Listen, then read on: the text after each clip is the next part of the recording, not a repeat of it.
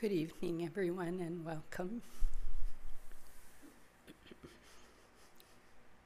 It's a little warm out, just slightly. Could get hotter, right? My name is Zopa, and this is Bill. And we're associate teachers here at KCC. And we're very happy you've chosen to do some meditation tonight instead of the many things we could be doing. Those are endless, for sure.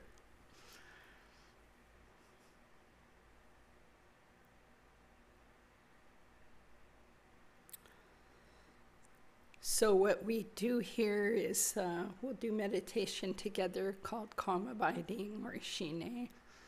For something about 50 minutes, and we will take a tea break in the cool basement downstairs. So hang in there, and for about 10 or 15 minutes. And then we'll come back up here and we'll explore our Dharma practice together. So bring your questions and your sharings to that if you can stay. And then we end at 8:30. During our practice of calm abiding, occasionally I will make a noise like this. And it means that's a formal time to move around, shift, relax, and your hopefully relaxed effort. And but in between, feel free to adjust your posture. Don't suffer through, at least to the point. Don't suffer through to the point that the pain is a constant distraction. That's not the purpose.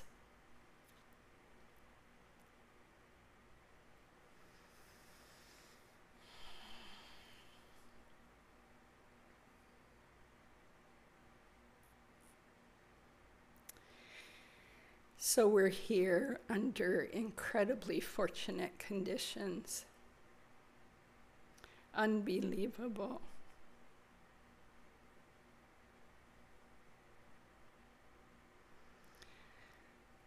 Sound enough minds and bodies to be here. That's not true of many beings.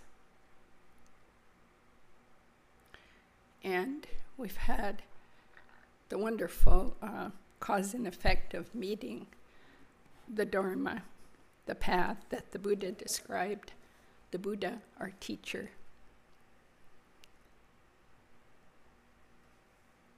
Not everybody gets that either. And then we have leisure time, at least to the point where we can choose to do this. That is not true for probably most people in the world who are struggling to feed themselves and their families, working many, many jobs, or even still bearing slavery in some countries.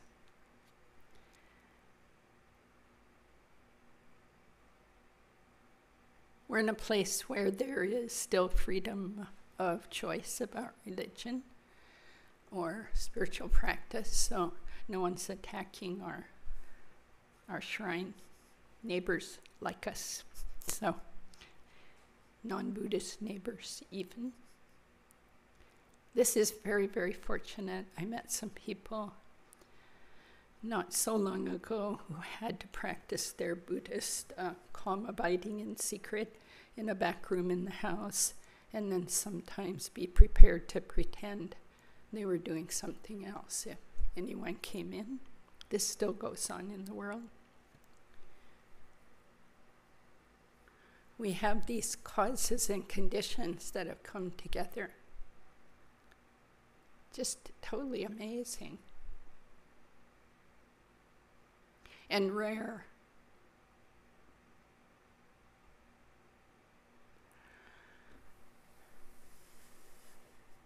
When we think about this, it can uplift us a bit. And then hopefully urge us, or perhaps urge us, to not waste these magnificent conditions, not even for one moment, which doesn't mean we strive and be mean to ourselves and drive ourselves crazy. It just means at any moment we can choose to move in a direction that ends our own suffering and ends the suffering of others.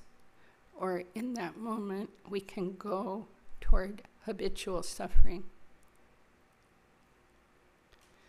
Lama Michael and I think Bill have also said something to the effect, we are very loyal to our suffering. I am. I can see there are things that cause me suffering, and I go ahead and do them sometimes against my own better advice. This is how we are right now as humans. But the Buddha gave us a way to see that, and then ways to not go that way.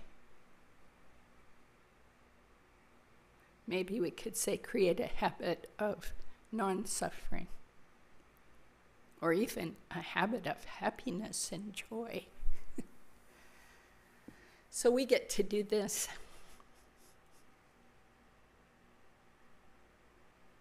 And here we get to do this in the company of others who want to spend their time this way. That's precious. When we're somewhere where we're the only ones who want to sit or think about refuge or think about the awakened mind that wishes the end of suffering for all beings, sometimes when we're all alone and no one will join us, we go ahead. But it's so precious to have a place where we come and others come. We never know, but here we are. And that's the Sangha that supports us. So we always begin our practice with this recitation. Does anyone need a copy? If you're new, you might want one. We have them. Linda, do you want to? It's very nice to have one, even just because it's new. It's nice. So we chant this every time we begin practice, something like it at home even, but for sure here, to remind us, it reminds us of the framework. Why am I doing this? And this recitation in itself carries, oh my gosh. Actually, it's got the whole path in there because it starts saying, until the summit of enlightenment is reached. So that assumes there is something called enlightenment and that it can be reached by us. So that's huge. Then it goes on, I and all beings. The word all carries so much weight. No one left out. All beings go for refuge to the sources of true refuge. We're going to rely on those things, the Buddha, Dharma, Sangha, the teachers, here and there, that are true refuge sources. They don't betray. They don't change their mind. They don't run away. They don't get scared. They don't get mad. Reliable sources. And then we simply state, I'm going to practice now this absorption of calm abiding, this focus, as best I can. And I'm doing this to release all beings, all carrying a ton of weight, that word, from their particular suffering, not just some vague kind of cloud of suffering, but each being's particular suffering, and then to establish them in lasting peace, that's the peace that doesn't end. Lasting peace and happiness, that entails a realization of our own Buddha nature, an experience of it, which we can have at any moment, any time, anywhere. When the clouds part, sometimes they do, and then they creep back, but that sky, that pure, is always there. So at any moment we can realize that, and we hold that for all beings. That's why we do the calm abiding. There's no other good reason to do it. It's nice, it's calming, that's the name of it. But we give it this very big, vast motivation, which opens our hearts, opens our minds, includes friend, enemy, stranger, dog, bird, snake, every being, no one left out. So let's recite this together, and then I'll do a little bit of guidance, but mostly we'll have a lot of peaceful silence to work with. Till the summit of enlightenment is reached, I and all beings go for refuge to the sources of true refuge. I will now practice the absorption of calm abiding in order to release all beings from their particular suffering and establish them in lasting peace and happiness. Until the summit of enlightenment is reached, I and all beings go for refuge to the sources of true refuge. I will now practice the absorption of calm abiding in order to release all beings from their particular suffering and establish them in lasting peace and happiness. Until the summit of enlightenment is reached, I and all beings go for refuge to the sources of true refuge. I will now practice the absorption of calm abiding in order to release all beings from their particular suffering and establish them in lasting peace and happiness.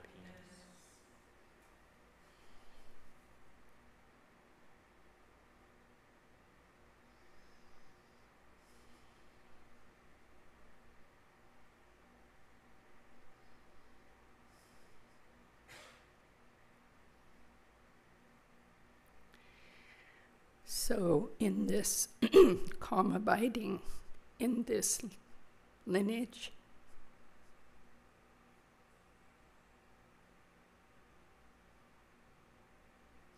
we say things like, don't try to meditate. Nothing to do right now.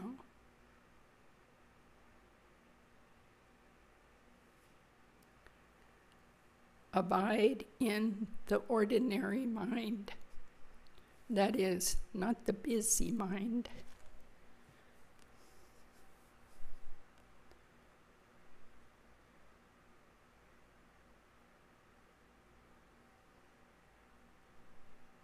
The mind that's there without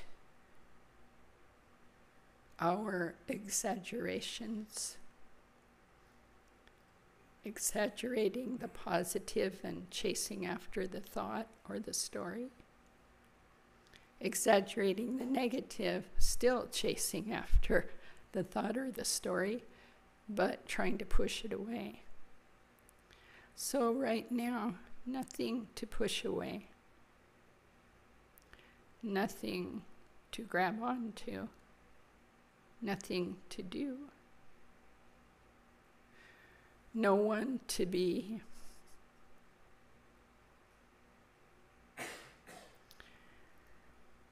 Relax the body.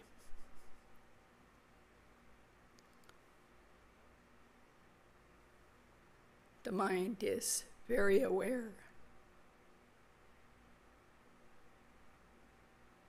and also relaxed, but very aware.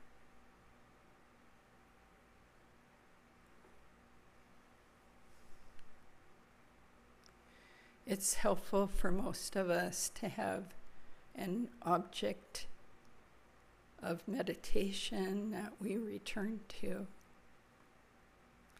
When we see that we've wandered off into story, grasping, being sluggish, being hyper, no problem. None of those are a problem. We make them into a problem when we grasp them or push them away, judge them.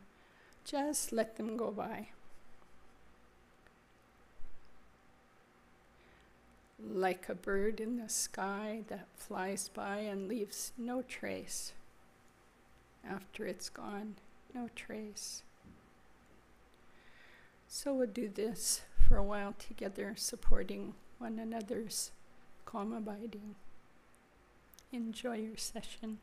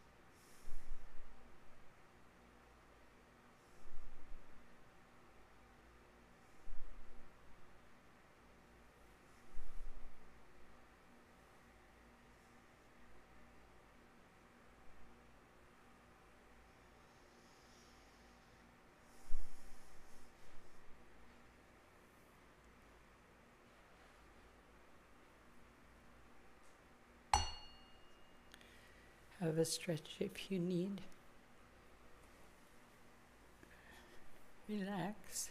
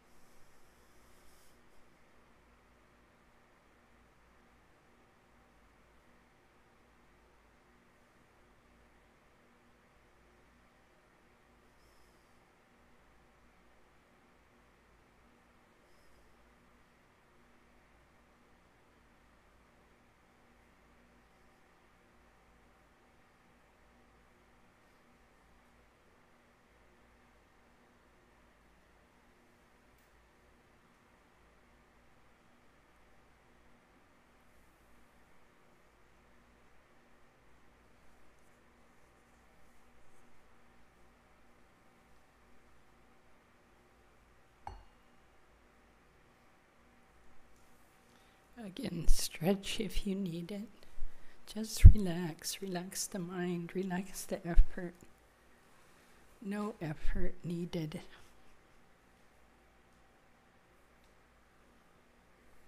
Simply vigilance. Catching when we're lost. Coming back to the object we've chosen. The breath. A bright light. Image of the Buddha. Whatever you choose.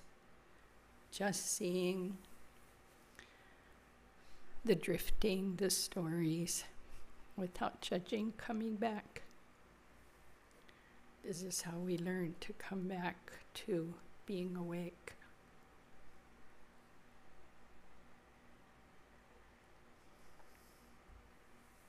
First we get lost. Have to get lost to get found.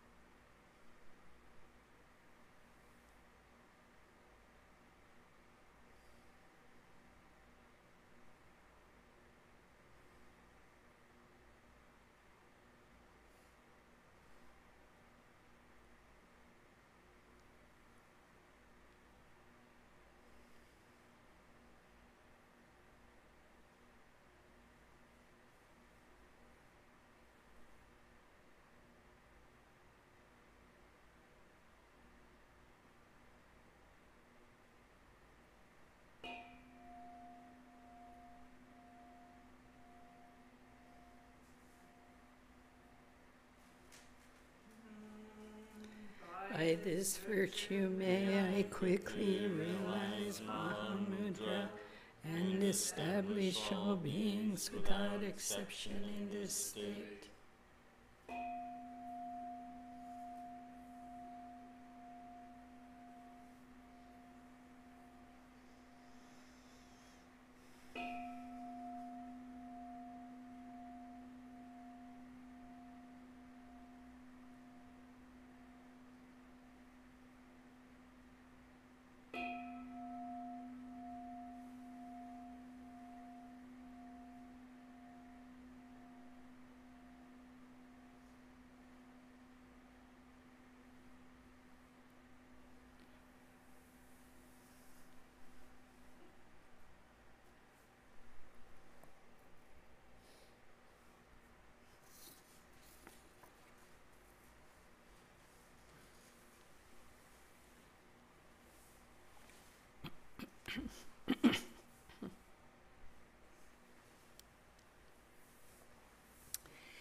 Thank you.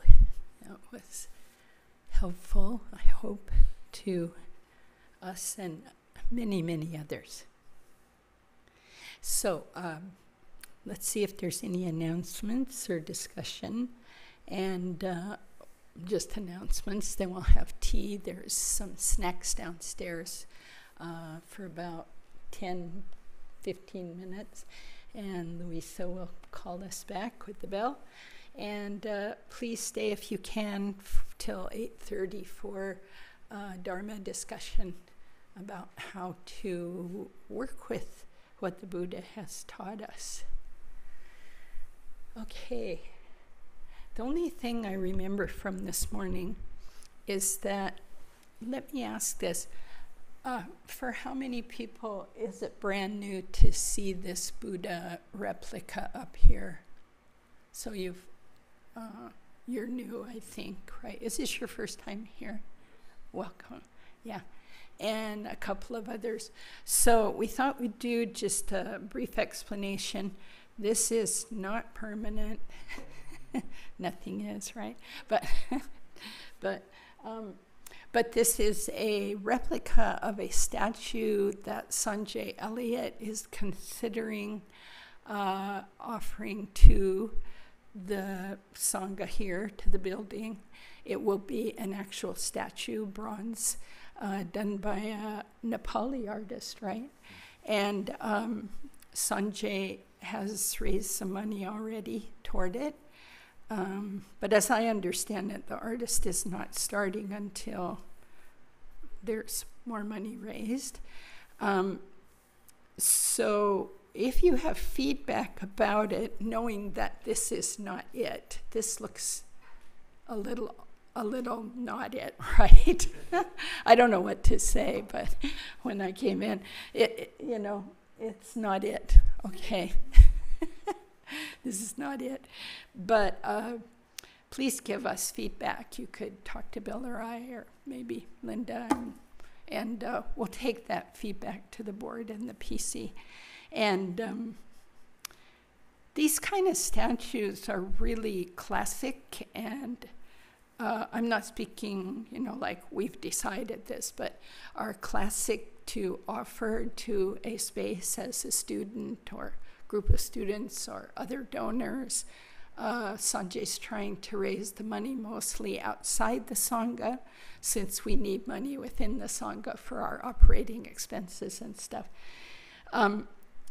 They're considered wonderful offerings to the Buddha, Dharma, Sangha, and they're intended to uplift our hearts and minds. So, yeah, that's maybe enough, unless there's questions.